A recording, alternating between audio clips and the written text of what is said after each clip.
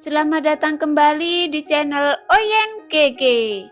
Di video kali ini, kita akan melanjutkan cerita Donghua Battle Through Draven. Ayo langsung aja ke alurnya. Yuan bisakah Anda membentuk kembali tubuh baru? Jika kita berbicara secara logis, selama jiwa tidak menyebar, bahkan jika Anda telah lama jatuh, selama ada jiwa, seharusnya Anda dapat membentuk kembali tubuh Anda. Xiaoyan bertanya dengan serius kepada permaisuri. Namun pertanyaan Xiaoyan tidak dijawab permaisuri, karena sebenarnya Xiaoyan juga tidak yakin apakah permaisuri dapat dihidupkan. Pada saat yang sama, mendengar apa yang dikatakan Xiaoyan, permaisuri hanya tersenyum. Kemudian dia menggelengkan kepalanya. Namun menghadapi pertanyaan Xiaoyan yang serius, dia hanya dapat melihat Xiaoyan dan meneteskan air mata yang membasahi wajah cantiknya. Tak lama kemudian, permaisuri berkata dengan suara lembut, "Saya telah lama jatuh, dan keberadaan saya saat ini hanya sisa jiwa yang tersisa. Dan jiwa saya yang kedua sudah lama menghilang.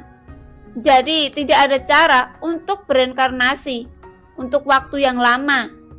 Namun dalam beberapa ratusan tahun ini, hidup dengan Anda, saya benar-benar bahagia. Bahkan keinginan saya selama ini telah terpenuhi. Terima kasih karena Anda, di kehidupan saya yang dipenuhi dengan kesepian menjadi lebih berwarna." Permaisuri tersenyum bahagia saat ini. Namun dalam pemikiran Xiaoyan, selama jiwanya tidak sepenuhnya hilang atau tidak bereinkarnasi, Xiaoyan pasti dapat menemukan cara menghidupkan permaisuri kembali. Karena Xiaoyan juga tidak ingin permaisuri benar-benar menghilang. Permaisuri menatap Xiaoyan yang tampaknya serius. Kemudian tubuhnya bergetar. Mengulurkan telapak tangannya yang ramping, membelai pipi Xiaoyan dan mendarat di jantungnya yang berdetak kencang. Kemudian merasakan detak jantung Xiaoyan yang sebenarnya. Tapi saat permaisuri meletakkan tangannya di dada Xiaoyan, dia tampak sangat bahagia dan sangat menyukai perasaan ini. Pada saat yang sama, kepalan tangan Xiaoyan yang awalnya terkepal erat perlahan mengendur. Xiaoyan menghela nafas panjang, kemudian dia mendapatkan kembali ketenangannya. Dan Xiaoyan juga menyadari bahwa ini adalah keputusan yang diambil permaisuri dan dia sudah menyerah tentang kehidupannya. "Yuan berapa lama Anda bisa mempertahankan keberadaanmu?" Xiaoyan berkata perlahan, kemudian mengulurkan telapak tangannya dan meraih telapak tangan permaisuri yang berada di dada Xiaoyan. Permaisuri membelai wajah Xiaoyan dengan lembut, sambil menundukkan kepalanya dan berkata, "Sebenarnya saya telah mencapai batasnya, tapi sebelum saya benar-benar menghilang, seharusnya saya masih bisa memberi Anda keberuntungan." Permaisuri berkata perlahan. Mendengar apa yang dikatakan permaisuri, Xiaoyan tidak menjawab, tetapi memeluk permaisuri dengan erat ke dalam pelukannya. Karena selama ratusan tahun ini seperti mimpi. "Terima kasih." Setelah Xiaoyan memeluk permaisuri, dia dapat merasakan emosi permaisuri dalam pelukannya. Karena saat ini, dada Xiaoyan dipenuhi oleh air mata permaisuri. "Maafkan saya," permaisuri berkata dengan lembut, dan dalam kata-kata permaisuri ada terlalu banyak perasaan untuk Xiaoyan. Tapi permaisuri tidak menyangka bahwa Xiaoyan diam-diam mencintainya. Meskipun baru beberapa ratus tahun sejak mereka bertemu, tetapi sosok permaisuri telah membekas dalam ingatan Xiaoyan. Dan kata perpisahan adalah hal yang paling menyakitkan dalam kehidupan. Tapi yang lebih menyakitkan adalah mereka mengetahui bahwa pasti akan berpisah. Yuan saya pasti akan selalu mengingatmu.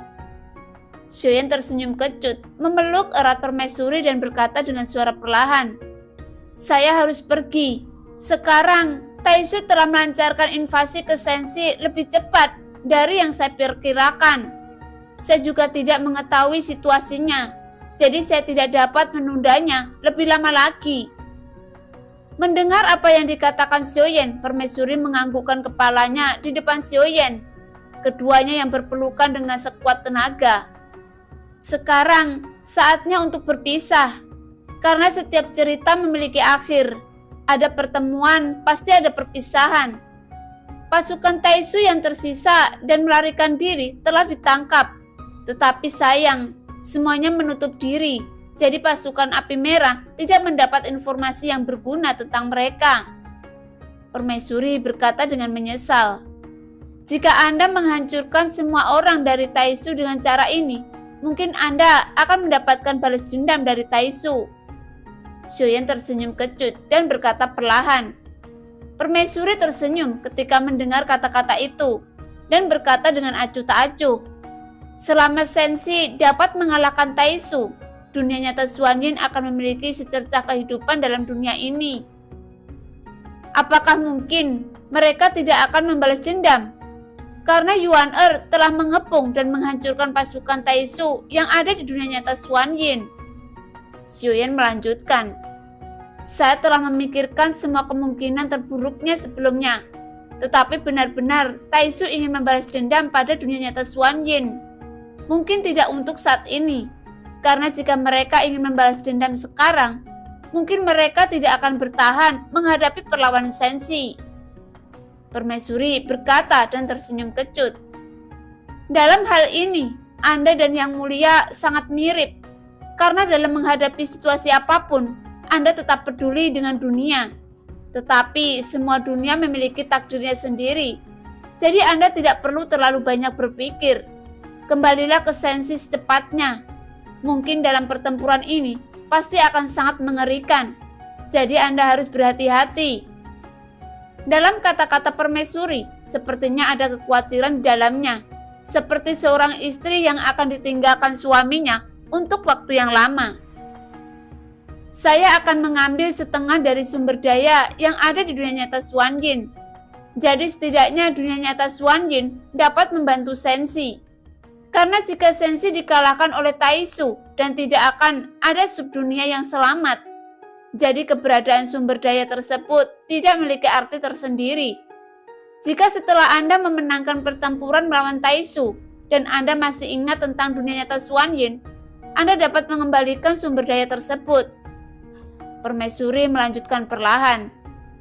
Tetapi ketika Yuan mengambil setengah dari sumber daya dunia nyata Xuanyin, keseimbangan kekuatan seluruh dunia nyata Xuanyin akan turun satu tingkat. Ada kemungkinan tidak akan ada lagi dewa pertempuran yang menerobos keabadian, yang membuat kekuatan tempur akan turun tajam. Karena kiasa dewa akan lebih sulit didapat. Karena kurangnya sumber daya, itu dapat menyebabkan orang kuat yang tak terhitung jumlahnya akan bersaing memperebutkan sumber daya. Jadi kemungkinan terburuknya, jumlah orang yang dapat menerobos keabadian akan turun tajam. Belum lagi populasi orang dan bintang di seluruh dunia nyata Xuanyin akan terpengaruh. Xiaoyan berkata, namun untuk situasi saat ini, sumber daya akan sangat menentukan dalam perang antara dunia yang luas ini. Dan jika Anda bisa mendapatkan sumber daya dari dunia lain, pasti akan membuat Sensi menjadi lebih kuat. Tapi dampak untuk mengambil setengah dari sumber daya di dunia nyata Xuanyin juga sangat besar. Dunia nyata Xuanyin akan memasuki masa krisis sumber daya untuk waktu singkat. Namun selama dunia nyata Xuanyin tidak menghadapi invasi, semuanya tidak akan hancur. Anda tidak perlu khawatir. Jika saya memberikan setengah dari sumber daya kepada Anda, dan saya juga tidak akan membiarkan suami saya pergi tanpa sumber daya yang cukup. Permaisuri berkata lagi. Xiaoyan diam. Dia tidak tahu apa yang dikatakan permaisuri. Tetapi jika dia mengingat semua apa yang terjadi, Sejak dia bertemu dengan permaisuri, dia selalu dapat memecahkan setiap masalah dalam pengaturan permaisuri. Jadi lebih baik mengikuti pengaturan permaisuri saat ini. Setelah Sioyen mendengar apa yang dikatakan permaisuri, dia mengangguk perlahan. Segera permaisuri mengangkat telapak tangannya yang ramping dan bola kristal berwarna-warni muncul di telapak tangannya. Sepertinya permaisuri lama sudah mempersiapkannya. Sioyen melihat bola kristal warna-warni di telapak tangan permaisuri, dan Sioyen dapat merasakan energi yang terkandung di dalamnya melebihi apa yang dia bayangkan. Jika Anda ingin menggunakan kekuatan dalamnya, Anda harus mengembalikannya ke aliansi dewa dan kemudian menemukan Shenwu untuk melindunginya. Karena ini mewakili semua makhluk dari dunia nyata Xuanyin. Karena ada beberapa hal yang Anda belum ketahui, jadi Anda harus memiliki rencana untuk menghadapi Taishu. Permaisuri berkata, dan dengan hati-hati menyerahkan bola kristal ke tangan Sioyen. Setelah Sioyen memegang bola kristal, Sioyen dapat melihat sosok Taishu yang besar dan perkasa. Meskipun dewa Taishu Senyi telah dihancurkan, namun sebagian besar sosok dari Taishu Senyi masih ada. Pada saat ini, Sioyen dapat melihat pasukan Taishu Senyi yang telah memasuki lautan ketiadaan dan melayang dalam kehampaan tanpa gerakan apapun. Melihat ini, Sioyen juga tersenyum kecut, karena dia hanya dapat mengumpulkan 4 Taishu Senyi yang berada di Lingsu yang sudah menjadi batasnya. Bahkan jika dia masih bisa mengumpulkan lebih banyak, dan tidak mungkin untuk mengumpulkan semua dari ratusan kepala Taishu Senyi, namun sumber daya yang terkandung dalam ruang Dewa Taishu tidak boleh diremehkan. Karena tidak semua sumber daya yang terkandung dalam ruang Dewa Taishu, beberapa di antaranya bukan berasal dari dunia nyata Xuanyin, tetapi sumber daya yang mereka dapatkan dari dunia lain. Sebelumnya permaisuri telah menjelaskan bahwa tidak mudah untuk membawa mereka pergi. Jadi permaisuri bertanya pada Sioyen tentang rencananya. Tepat ketika Sioyen masih memikirkan bagaimana cara mengambil Dewa Taishu Senyi ini, kristal di tangannya tiba-tiba menghilang. Namun, Sioyen tidak memasukkannya ke dalam cincin penerimaan. Segera suara Zanlao keluar melalui pikiran Sioyen. Di lantai 13 pagoda kekosongan roh yang dapat menampung sumber daya tak terbatas dan bola kristal yang menghilang tiba-tiba muncul di lantai 13. Bahkan di dalam lantai 13 ini terdapat lautan abu-abu yang mengelilingi seluruh dunia. Di tengah platform ada lautan abu-abu mengelilinginya.